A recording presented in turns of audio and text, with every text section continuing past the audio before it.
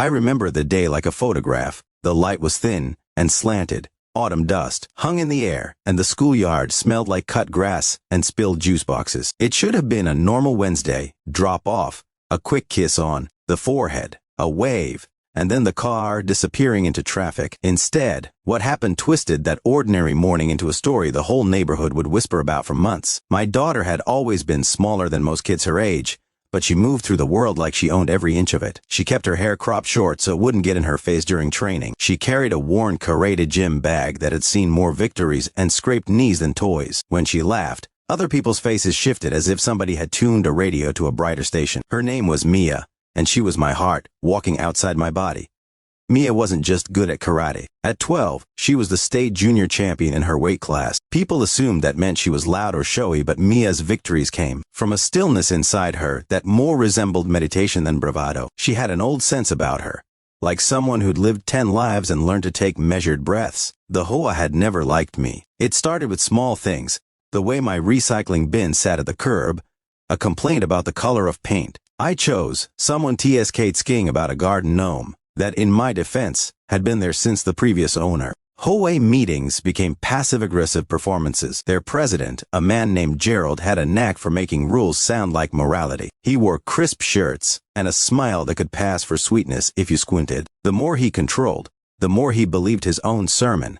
I had stayed out of their crosshairs for a long while, but my neighbor, Mrs. Jensen, sweet, frail, the kind of woman who baked bread and gave leftover muffins to stray cats, became the spark. The OA decided her backyard fence was an eyesore.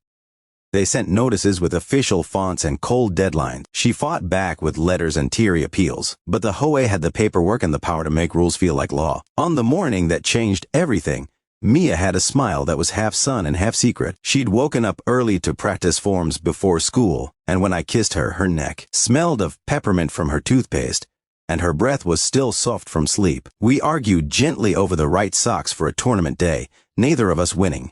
The usual. At school, kids clustered under maple trees, trading gossip and shoelace knots. Teachers circulated like constellations, orbiting kids and rules. I had lingered at the gate longer than usual, talking to another parent about a bake sale, then turned to wave at Mia. She was walking with a friend, shoulders relaxed, backpack lodged, just so. I should have left then. If I'd left 10 seconds earlier, none of this would have happened. We all tell ourselves that after. Gerald's son, Connor, was a different kind of child, big for his age, with a loud voice, and an older boy swagger that had been polished by privilege. He belonged to the neighborhood the HOA built. No consequences for property damage, little accountability, and a steady stream of adults who would excuse his worst impulses. On that morning, he and 2 other kids decided to teach someone a lesson. I later learned they'd been egged on at home with promises of being in charge. They spotted Mia tossing a water bottle into a trash can and saw fit to escalate. Words sharp and stupid flew first, then a shove, small at first but meant to humiliate. Mia stumbled, a human syllable of surprise, then steadied herself. She was used to being pushed, not by classmates but by life, and she had a way of finding her balance quickly. The boys laughed. The laughter felt like the world compressing. Then one of them, a boy named Tyler, planted a shoulder into her ribs. It was more than a shove. It was a calculated knock. Mia's schoolbag swung, junior textbooks scattered like confetti, and she hit the ground. The sound of her body on concrete was a soft percussion that made my bones ache.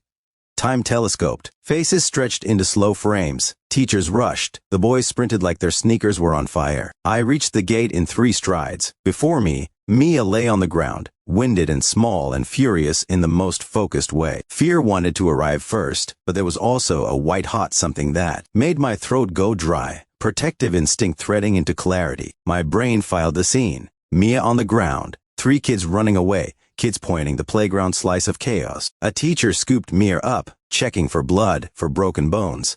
Her knuckles were flushed. Mia blinked, met my eyes, and the world narrowed to the 2 of us. She whispered that she was okay, but there was grit in her voice. Her chest rose in shallow pulls. Her uniform was dusted with the school's grit.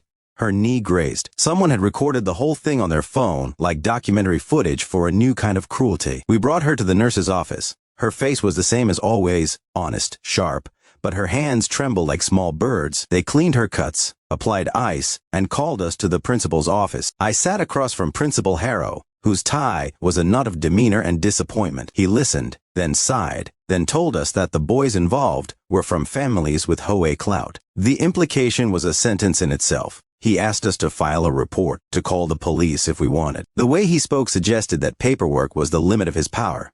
Of course we filed. Of course we wanted accountability. But the police report felt like shouting into a room full of thick curtains. The boys' parents were polite on the surface and furious behind closed doors. The HOA convened like they did after every dispute and painted the incident as a childish scuffle.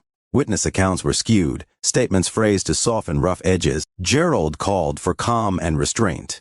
He suggested mediation, a phrase that smelled suspiciously like deflection. Mia handled the adults in her way. She trained. She practiced forms and drills like calibration. She retreated into her body and honed it into an instrument of composure. She didn't tweet or rant or post. She didn't want the internet's clumsy applause. Instead, she focused on the one thing that always steadied her: discipline.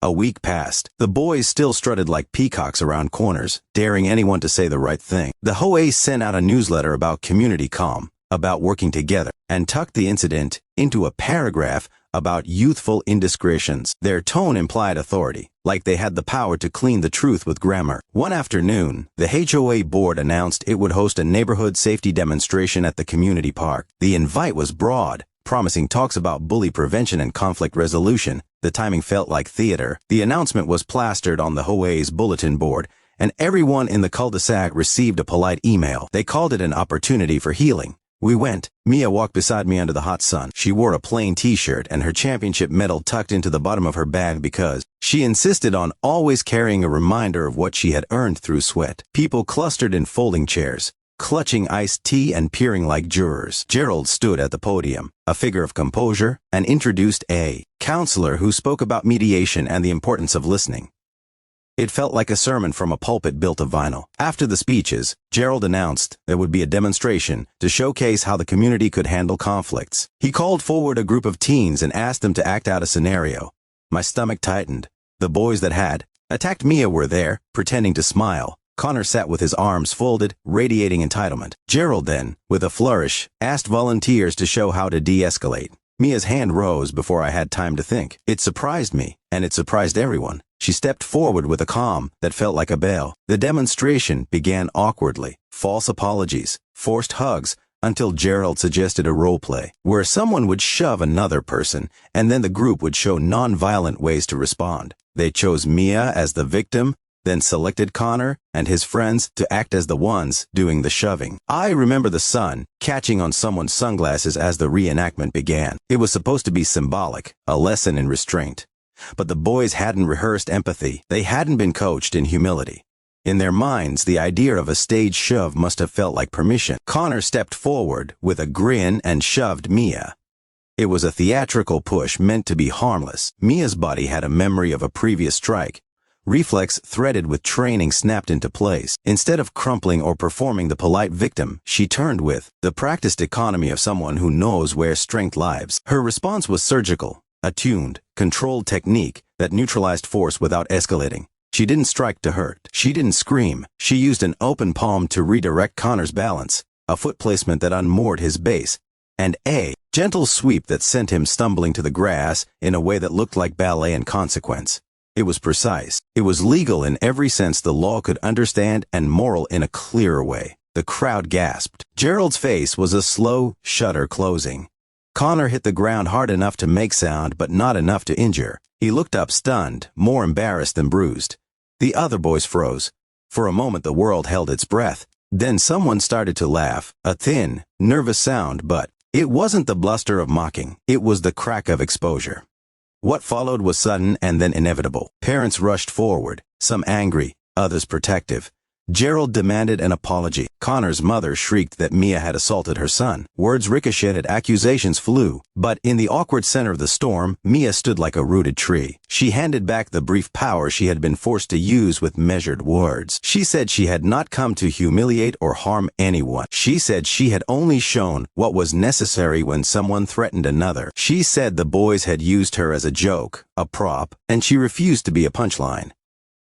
Her voice was small but unmistakable. People listened. Some in the crowd shifted, like furniture being rearranged by truth. The whole moved to punish in the only way they knew: papers and posture. They wrote a letter calling Mia's response excessive and suggested community service. It felt like an inversion of fact, but official reports and video footage later clarified what had happened, and the boys were reprimanded. The legal outcome mattered, but the quieter shifts in the neighborhood mattered more. People started talking differently. Mothers who had once nodded politely at HOA meetings now approached us with apologies or with small, honest questions. Kids who once giggled at Mia's socks stopped. The conversation in the neighborhood changed from how to keep things looking right to how to keep kids safe. The HOA's veneer of control began to show seams. But the cost wasn't only in paper and apologies. Mia became more visible, admired by friends and whispered about by others. She responded with kindness and practice, even visiting Connor's family to bridge the gap. Months later, the PTA invited Mia to speak about self-defense and boundary setting. She accepted with a shy nod and spoke to a room of middle schoolers about responsibility. She showed restraint drills and talked about the power of words. She emphasized that knowing how to protect yourself carried obligations, to act only when necessary, and to always try to de-escalate first. The room hummed with attention. The HOA eventually adjusted some of its policies. They instituted clearer codes of conduct for events and better training for volunteers. It wasn't all righteousness. They still had their preferences and petty rules. But the scales had shifted, not because of formal authority but because a little girl in a plain t-shirt had demonstrated the moral geometry of courage. Strength that defends can be different from strength that harms. At home, Mia's medals hung on a nail by her closet. People asked if she wanted to quit karate, to avoid being labeled. She scoffed at the idea. What I learned, she said one night as we washed dishes together, is that you don't have to be the loudest thing in the room to change it. She grinned, sudsy hands and soap bubbles on her elbows. And if someone tries to knock down what's important, you don't have to shout. Sometimes you just have to be steady. Mia's quiet steadiness changed small things. A boy who used to shove learned to apologize. A teacher started a peer support circle, and neighbors who once argued about hedges now argued about children's safety. Small changes added up. Life went on. HOA meetings continued, with their notices and petty rules, but a new unwillingness to look away had crept in. People volunteered at the school, organized workshops, and taught kids to set firm boundaries. There were quite a ripples I hadn't expected. Teachers who had once assumed a child's job was simply to be seen started to listen, and the school's tone shifted in small, stubborn ways. A neighborhood paper ran a careful piece that treated Mia as an example of restraint rather than spectacle. Neighbors began leaving notes of apology and offers to help with errands, and small acts of kindness circulated like a patient current. Connor's family, embarrassed and defensive at first, eventually reached out with an awkward apology. The boys were required to attend counseling and community service. They helped repaint the school's mural and took part in youth-led workshops that practiced empathy and accountability. Mia continued to train, not to be feared but to honor her discipline. She volunteered to teach younger students boundary setting and how to ask for help. The PTA adopted a new anti-bullying program co-created with students, and the neighborhood began to measure itself by how safe its children felt, not by how neat its hedges were. Gerald, who had once been all formality, began attending more school events. He never fully softened, but his decisions grew more careful, and the community slowly learned to weigh kindness as heavily as order. The thing I learned watching MEI is simple. Courage is often quiet. It can be a precise action in chaos that changes the sound of a neighborhood. You cannot always stop the shove, but you can teach a child how to stand. When the overlooked refuse to be invisible, the whole street learns to tilt toward justice.